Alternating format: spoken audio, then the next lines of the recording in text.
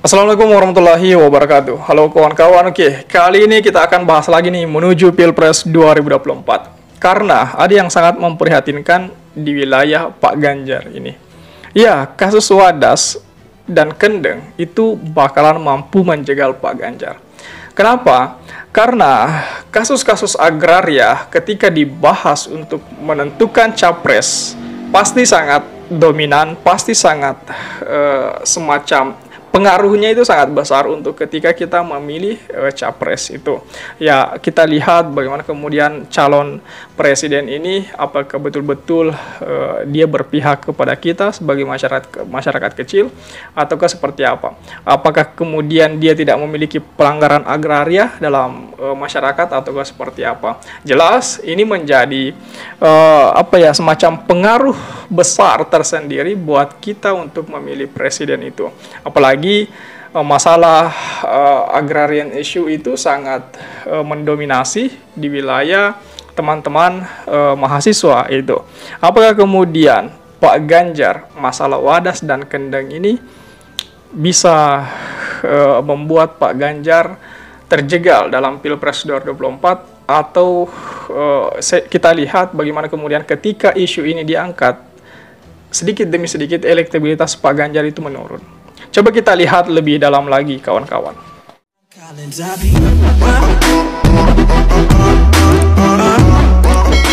Pencapresan Pak Ganjar Pranowo oleh PDIP memantik diskursus mengenai sejumlah isu agraria dan lingkungan yang belum terselesaikan selagi dirinya menjabat Gubernur Jawa Tengah. Mulai dari kasus Kendeng, Desa Wadas, PLTU Batang, dan lain-lain tampaknya cukup menjadi isu yang mencoreng nama Ganjar.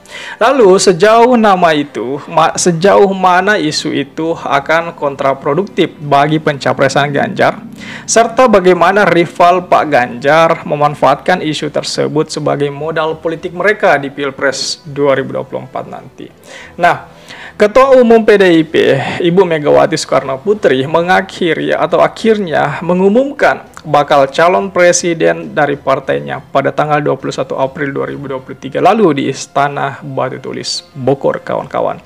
Bapak Gubernur Jawa Tengah, yakni Pak Ganjar Pranowo, secara resmi ditasbihkan sebagai capres dari PDIP. Nah, ditunjuknya Pak Ganjar sebagai calon presiden kemudian mendapatkan respon dari berbagai kalangan, tak terkecuali pemerhati lingkungan. Bagi kalangan pemerhati lingkungan nih kawan-kawan, Pak Ganjar dianggap sebagai sosok yang kontroversial. Hal itu dikarenakan selama menjabat sebagai Gubernur Jawa Tengah, Pak Ganjar dianggap tidak memiliki perhatian terhadap isu agraria dan lingkungan. Misalnya, LSM Wahana Lingkungan Hidup atau WALHI mengkritik komitmen Pak Ganjar terhadap usaha pelestarian lingkungan serta keberlangsungan hidup masyarakat yang masih jauh dari harapan. Nah, Pak Ganjar dianggap lebih mementingkan kepentingan para investor yang ingin membuka proyek di lahan milik warganya.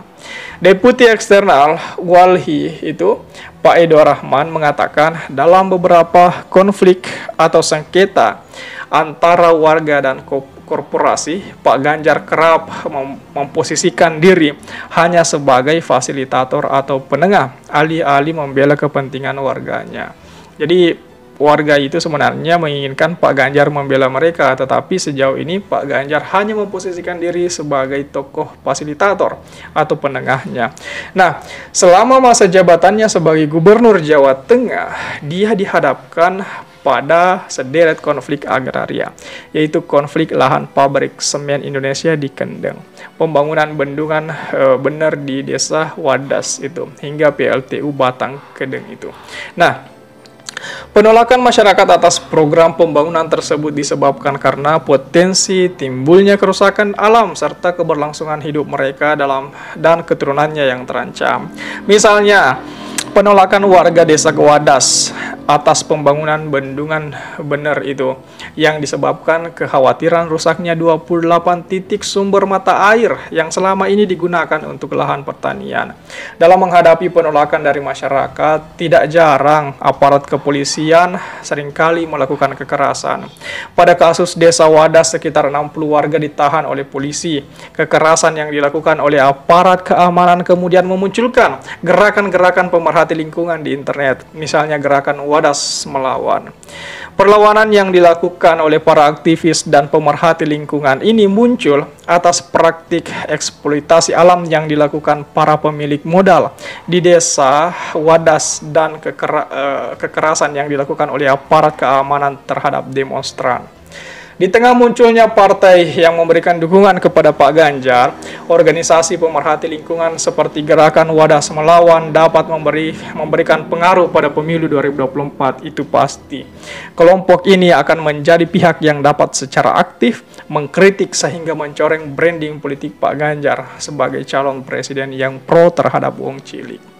Berkaca pada sampel kasus agraria dan lingkungan itu, sejauh mana isu tersebut mempengaruhi impresi dan simpati politik terhadap Pak Ganjar di Pilpres 2024. Sejarah kebenaran gerakan progresif di bidang lingkungan seperti Wadas Melawan dapat dilihat dari keterlibatan petani dalam kegiatan perpolitik pada saat kepemimpinan Presiden Soekarno. Pada saat itu, PKI memanfaatkan dukungan dari kalangan petani dengan menjalin kerjasama dengan berbagai organisasi seperti Barisan Tani Indonesia dan Sarekat Buruh Perkebunan Republik Indonesia. PKI akhirnya menjadi salah satu partai terbesar melalui basis dukungannya di daerah pedesaan.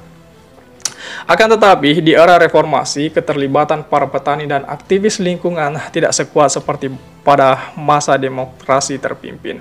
Menurut Edward Aspinall dan Howard Berenscott itu, dalam bukunya berjudul Democracy of Cell, Electronic Clientelism dan The Setting in Indonesia, minimnya politik pedesaan progresif berbasis isu disebabkan masalah kelembagaan dan sistem politik Indonesia itu sendiri. Banyak partai hanya sekedar menjalin hubungan klientelisme dengan patronas dengan para pemilih di pedesaan alih-alih berkampanye terkait isu lingkungan.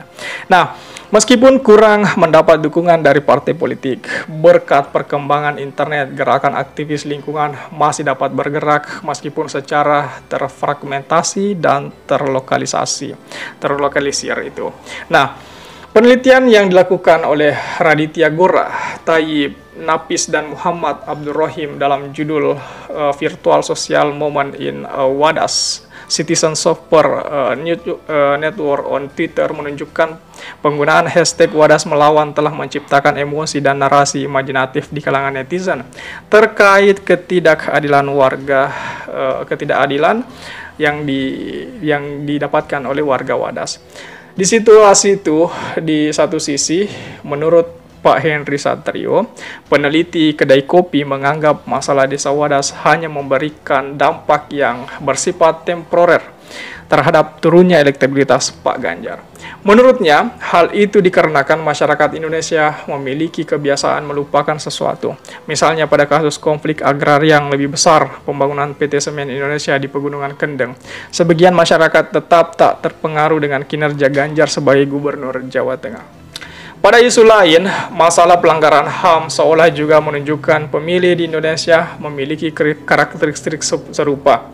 Hal ini dibuktikan dengan tingginya elektabilitas Prabowo sewaktu ia mencalonkan diri di Pilpres 2019. Menurutnya, peneliti Indonesia Public Institute Karyono Wibowo, para pemilih terutama dari kalangan menengah ke bawah menganggap isu HAM tidak begitu penting karena bukan bagian dari hajat hidup mereka. Karakteristik pemimpin Indonesia yang mudah melupakan, pemilih Indonesia yang mudah melupakan sesuatu ini dijelaskan oleh Christopher Eken dan Larry Bertels dalam bukunya Democracy of Realists. Dijelaskan bahwa masyarakat seringkali memilih pemimpin hanya berdasarkan pada loyalitas partisan dan kepentingan identitas sosialnya sendiri. Kurangnya informasi yang terjadi di luar identitas tiap individu membuat timbulnya pilihan-pilihan bersifat bias itu. Ya, kemudian masalah agrarian populisme di pemilu 2024 berbeda dengan pilpres sebelumnya. Di tahun 2024, isu lingkungan kemungkinan menjadi area kontestasi politik yang cukup menarik perhatian. Citra Pak Ganjar mungkin saja akan diserang habis-habisan oleh pihak oposisi dengan mengangkat kasus agraria seperti Wadas, Kendeng, dan sebagainya. Nah, ini yang menarik kawan-kawan. Apakah kemudian kasus Wadas dan Kendeng ini bakalan mampu menjegal Pak Ganjar ataukah seperti apa? Coba tulis tanggapan kawan-kawan di kolom komentar. Oke, share juga video ini supaya banyak yang tahu informasi ini dan juga bisa ikut nimbrung di kolom komentar. Oke kawan-kawan, jadi saya pikir itu saja dulu. Terima kasih telah tiba di sini. Jangan lupa subscribe agar tidak ketinggalan pada video selanjutnya. Sekali lagi terima kasih dan wassalamualaikum warahmatullahi wabarakatuh.